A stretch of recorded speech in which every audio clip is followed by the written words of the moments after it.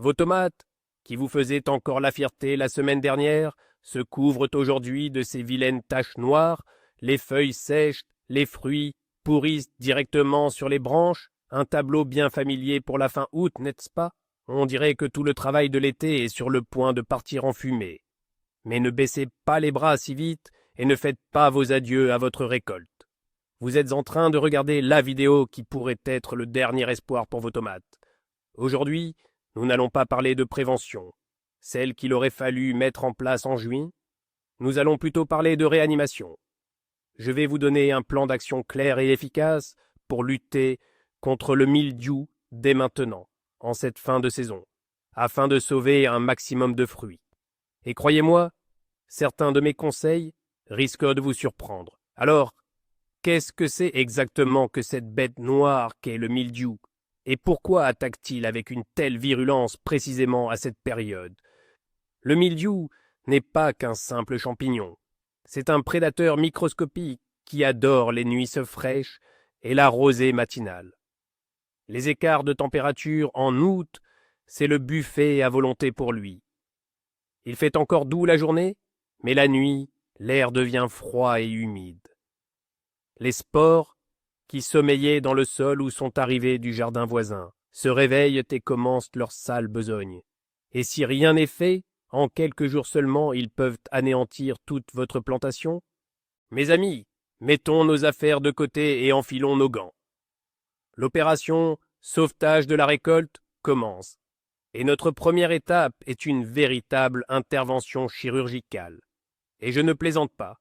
Il va falloir être un jardinier résolu, voire un peu impitoyable. Un seul petit regret pour une feuille malade pourrait vous coûter toute une caisse de tomates. Notre objectif, éliminer immédiatement tous les foyers d'infection. Inspectez attentivement chaque pied. Commençons par les feuilles. Voyez-vous des taches brunes ou noires, souvent auréolées d'un halo clair, comme moisies? Ou peut-être qu'une feuille commence simplement à sécher par la pointe. Coupez-la immédiatement. Ne coupez pas seulement la partie atteinte. Supprimez la feuille entière à la base de la tige. Comprenez bien, chaque petite tache est une usine à produire des millions de nouvelles spores que le vent et les gouttes de rosée dissémineront dans tout votre potager. Ensuite, inspectons les tiges. Recherchez-y des taches ou des stries sombres et allongées. Si la tache est petite, vous pouvez tenter de l'exciser délicatement. Mais si vous constatez qu'une tige a noirci sur une zone importante, hélas, cette branche est irrécupérable. Coupez la branche entière, bien en dessous de la partie infectée. C'est comme une amputation qui sauve l'organisme entier. Et voici le plus difficile, les fruits. Le cœur saigne, n'est-ce pas? Une petite tomate est presque mûre, et voilà qu'apparaît une tache dure, brune, qui s'étend. Retenez bien, une telle tomate ne mûrira jamais. Elle ne deviendra ni rouge, ni savoureuse. Elle va simplement pourrir, contaminant au passage ses voisines sur la même grappe. Aussi difficile que ce soit, retirez et jetez tous les fruits qui présentent le moindre signe de mildiou. Un point crucial, vos outils. Travaillez uniquement avec un sécateur ou un couteau bien affûté et propre. Après chaque pied, et si l'infection est le grave, après chaque coupe, désinfectez impérativement la lame. Essuyez-la avec de l'alcool, du chlorhexidine ou plongez-la dans une solution concentrée de permanganate de potassium. Sinon, vous deviendrez vous-même le principal vecteur de la maladie. Et enfin, non des moindres.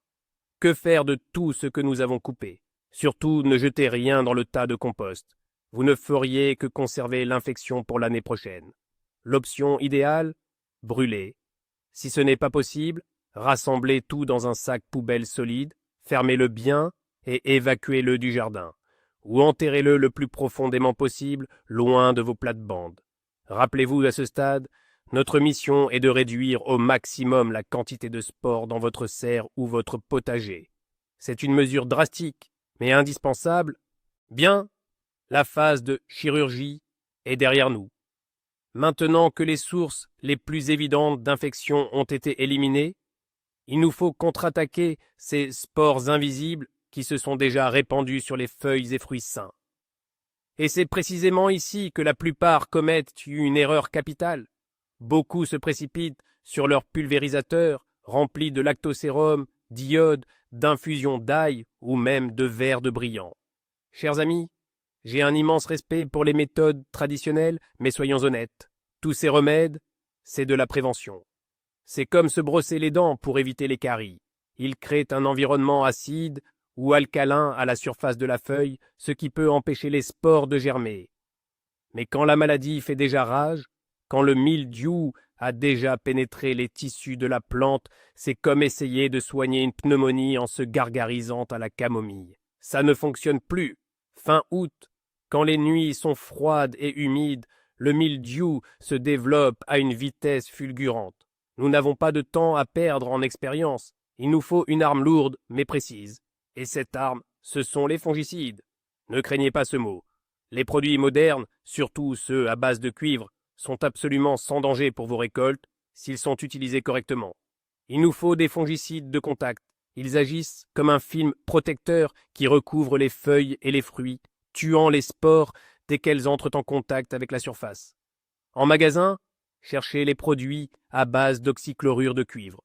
La bonne vieille bouillie bordelaise, par exemple, fonctionne aussi parfaitement.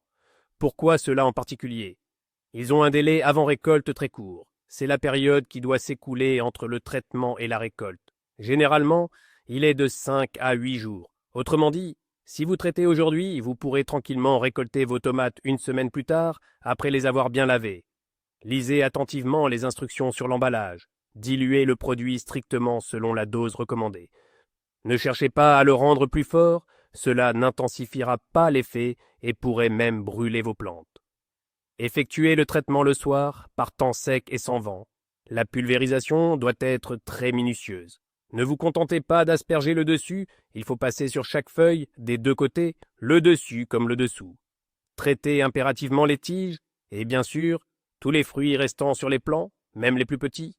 Notre objectif est de couvrir toute la plante d'une couche protectrice, ne laissant au mildiou aucune chance de s'accrocher au tissu sain. C'est notre bouclier, celui qui nous fera gagner un temps précieux. Voilà, après avoir effectué le nettoyage et porté un coup préventif. Mais que faire ensuite? Attendre simplement que les tomates rougissent en surpied? Fin août, c'est une tactique bien trop risquée. Chaque jour supplémentaire que le fruit passe sur le plant est une nouvelle opportunité pour le mildiou de l'attaquer. C'est pourquoi notre troisième et peut-être le plus crucial des gestes pour sauver notre récolte se nomme opération évacuation. Nous allons cueillir les tomates des pieds, même si elles sont encore totalement vertes. Le principe essentiel est le suivant. Si une tomate a atteint sa taille variétale mais n'a pas encore commencé à se colorer, il est temps de la cueillir. Un tel fruit a déjà accumulé toutes les substances nécessaires et peut parfaitement mûrir ou, comme le disent les jardiniers, post-mûrir, chez vous, au chaud et en toute sécurité. Cela concerne particulièrement les fruits de grande et moyenne taille. Les petites, bien sûr, peuvent être laissées, mais n'oubliez pas le risque.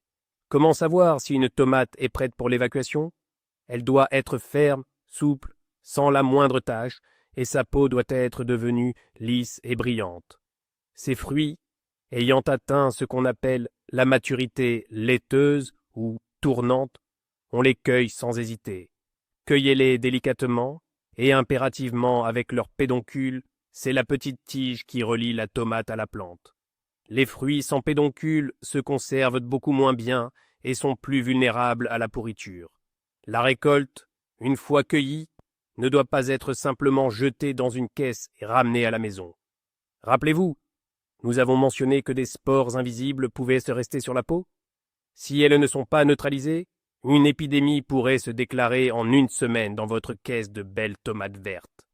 C'est pourquoi, avant de ranger votre récolte, chaque tomate doit être désinfectée. Il existe 2 méthodes simples et efficaces. La première est le traitement thermique. Chauffez de l'eau dans une grande casserole à 60 degrés Celsius. C'est important. Pas de l'eau bouillante, mais de l'eau chaude dans laquelle vous auriez du mal à garder la main. Plongez les tomates dans cette eau par petites quantités pendant 1 à 2 minutes seulement. Ce bain tuera à coup sûr toutes les spores de mildiou à la surface sans endommager le fruit lui-même. Après cela, retirez les tomates et séchez-les minutieusement sur une serviette. La deuxième méthode est un rinçage dans une solution légère de permanganate de potassium. La solution doit être d'un rose très pâle. Rincez simplement bien les tomates dedans, puis rincez-les à l'eau claire et séchez-les également. Après ces étapes, vos tomates y sont prêtes by pour la post-maturation. Disposez-les en une, maximum 2 couches, dans des cartons ou des caisses en plastique, en intercalant les couches avec du papier ou des journaux. Pour accélérer le processus, ajoutez 1 ou 2 bananes ou pommes mûres dans la caisse. Elles dégagent de l'éthylène, un gaz qui stimule la maturation. Conservez les caisses dans un endroit sec, sombre et chaud. Et n'oubliez pas de les vérifier régulièrement, en retirant les fruits qui auraient commencé à se gâter. Cette étape, qui peut paraître contraignante, est en réalité votre atout majeur dans la lutte pour la récolte en fin de saison. Et voici venu le moment le plus crucial, ce véritable tournant qui déterminera si vous sauverez ou non votre récolte. Le secret de la réussite fin août, ce n'est pas un produit miracle, c'est un changement radical de tactique. Vous devez cesser de vouloir sauver la plante elle-même, ses feuilles et ses tiges. Le temps de sauver les pieds est révolu. Désormais, votre combat est exclusivement pour les fruits. Votre objectif principal, cueillir au plus vite tout ce qui n'est pas encore contaminé sur les plants, et créer les conditions pour que le mildiou ne se développe pas sur les fruits une fois récoltés. Et c'est là que réside une deuxième astuce, encore plus cruciale que beaucoup oublient. En cueillant ces tomates vertes, apparemment saines, vous rapportez non seulement votre récolte, mais aussi des spores invisibles de mildiou sur leur peau.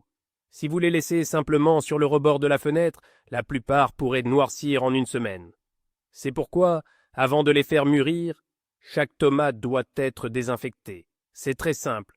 Il suffit de les plonger quelques minutes dans de l'eau chaude, autour de 60 degrés, ou de les rincer dans une solution légère de permanganate de potassium.